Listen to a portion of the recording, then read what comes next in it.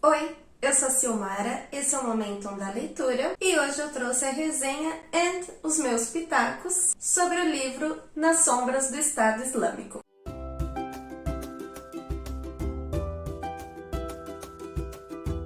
E sejam muito bem-vindos a mais um vídeo do canal e mais um vídeo de resenha, e dessa vez é de um livro de não ficção muito intenso. Mas antes de começar, já senta o dedo no botão do like, para você já não esquecer que isso ajuda muito no engajamento do canal. E também já aproveita para se inscrever e me acompanhar nos próximos vídeos. Lembrando que aqui embaixo na descrição tem o meu link de compra da Amazon, e você comprando com esse link de associado me ajuda com uma comissão e para você não mudar nada no valor final da sua compra. E se vocês se interessarem pelo livro que eu vou resenhar hoje, e a intenção é essa, que vocês se interessem por ele, aproveitem o link que ele sempre anda na faixa de 10 até 15 reais. É bem baratinho e eu vou deixar o link dele de compra aqui na descrição também. E ele não é grande, o formato dele já é menorzinho e ele também tem 160 páginas. E eu achei ele muito bem descrito. E aqui vai contar a história real da Sophie Cacique, e esse é o nome do pseudônimo da autora.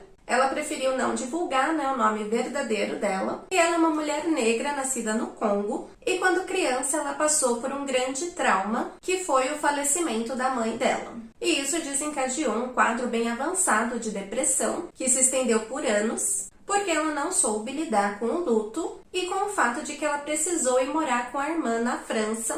E a irmã dela já tinha a vida dela, era uma irmã mais velha, ela já era casada. E a Sophie lá, ela se sentia uma intrusa, ela se sentia um fardo, ela sempre estava se sentindo deslocada. E ela cresce com os seus afazeres obrigatórios, indo da escola para casa. Ela ajudava também a cuidar das sobrinhas, até que com 21 anos ela foi morar com um namorado e começou a trabalhar num centro social, cuidando de pessoas portadoras de necessidades especiais, e ela também era encarregada de dar apoio às famílias. E a maioria dessas famílias eram da religião islã, e a Sophie, apesar de ter crescido frequentando igrejas cristãs com a família, depois da morte da mãe dela, ela não conseguia mais se identificar com o cristianismo. E quando ela conversava sobre religião com essas famílias, que eram adeptas ao islamismo, ela se sentia bem até que ela comprou o Alcorão e se converteu. E a Sophie se declarava feminista, porque ela era filha de uma mulher livre, e para ela colocar um lenço na cabeça e no peito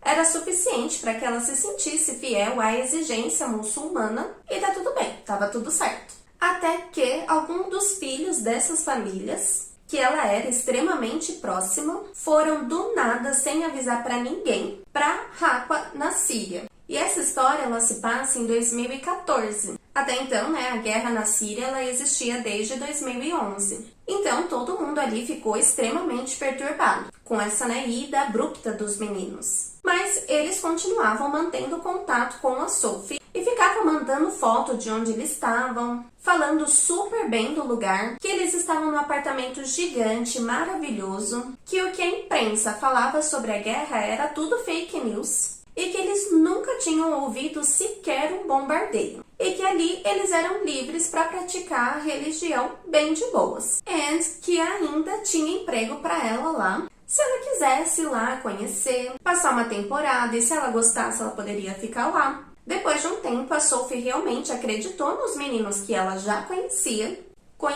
a família deles, e juntou com o fato que ela achava que lá ela poderia se sentir útil de fato, trabalhando como assistente social em hospitais. E depois, se ela não gostasse, ela voltava. Nessa altura, a Sophie ela já era casada, ela tinha um filho, se eu não me engano, de 4 anos. Então, ela decide ir levar o filho dela junto. E chegando lá, a Sophie descreve com muitos detalhes tudo o que ela passou, e que não era nada perto do que divulgaram para ela. O clima era extremamente tenso e pesado, e de início ela pensou que fosse uma animação muito exagerada daqueles meninos, na hora de contar as novidades. Depois, ao longo dos dias, ela percebeu que na verdade ela foi manipulada e enganada. O hospital que ela visitou estava em condições deploráveis, e ela faz uma analogia que era como se fosse uma fazenda de criação de seres humanos na maternidade. E a Sophie também começa a perceber as diferentes camadas sociais de Haqua e como eram tratados os estrangeiros, os próprios sírios, a diferença de tratamento dos que tinham pele escura para os de pele mais clara e como os estrangeiros tratavam os sírios de forma tão arrogante, como se eles fossem maus muçulmanos. E mesmo a Sophie, sendo estrangeira, ela rejeitava completamente esse sistema, ela não queria participar disso, e isso começou a gerar atritos entre ela e os meninos. Porque eles falavam que ela estava sendo manipulada, na verdade, pela mídia ocidental e que isso acabava influenciando a visão dela sobre a guerra. Então eles começaram a se afastar e tretar forte mesmo, porque aí ela começou a perceber que eles omitiram e até mentiram sobre as práticas locais. Porque eles falaram para ela que ela não precisaria aderir aos costumes deles. Mas, na verdade, ela não podia andar na rua sozinha, sem um tutor, não podia usar as roupas dela, não podia dirigir. Até quando ela menstruava, ela era considerada suja e não podia participar das rezas, porque aí ela era considerada indigna. E ela também começou a perceber que ela estava virando prisioneira, tanto do regime quanto literalmente do local que ela estava, que impedia que ela voltasse para a França com o filho. E ela não reconhecia mais aqueles meninos, né, os filhos da família que ela tanto ajudou. E eles acabaram mostrando para ela que aquele fanatismo religioso deles evoluiu sutilmente até eles se tornarem completamente estranhos. E aí nisso a gente conhece também a versão do marido da Sophie, e ele narra o desespero que foi tentar recuperar a mulher e o filho, e a fuga dela, a forma como ocorreu, o custo que teve, foi extremamente angustiante de acompanhar. E aí, quando eu finalizei, né, essa leitura, eu comecei a refletir bastante sobre como esses casos acabam gerando preconceitos infundados contra os muçulmanos, que são generalizados, né, como terroristas, e o quanto o fanatismo religioso, associado com a radicalização de uma sociedade, pode ser tão trágico. Mas ainda o pior de tudo para mim foi ler algumas resenhas de pessoas que também leram esse livro, mas que acabaram tendo uma percepção bem diferente da que eu tive. Como, por exemplo, julgar a Sophie por ter acreditado, né, naqueles meninos, ou que ela era irresponsável, estúpida, egoísta, ou que depressão não era desculpa, que não justificava, que era vitimismo dela. Já outras pessoas também acreditaram que era uma história fake, que a autora não foi honesta e que acabaram não sentindo pena ou se sensibilizaram com ela, chegando a citar que sentiam vontade de agredir a autora. Claro que todas as percepções são extremamente particulares, né, individuais, mas essas acabaram destoando muito da minha.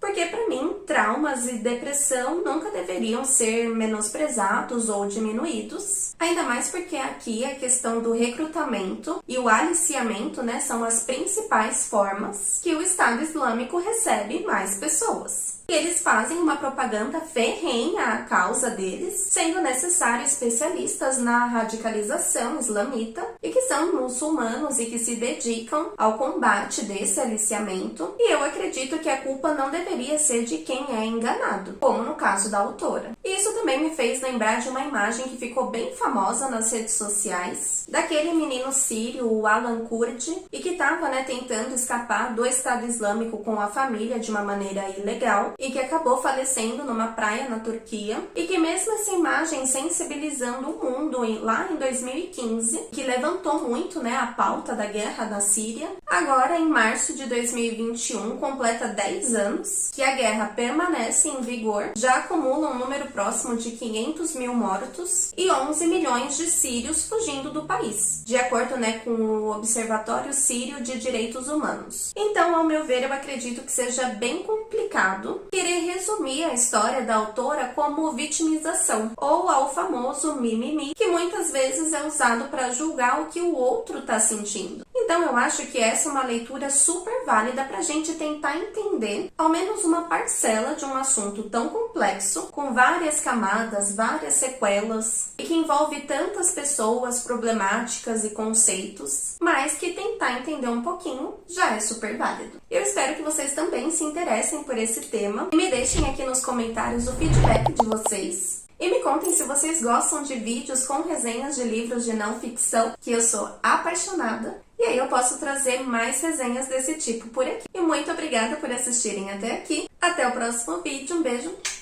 e tchau!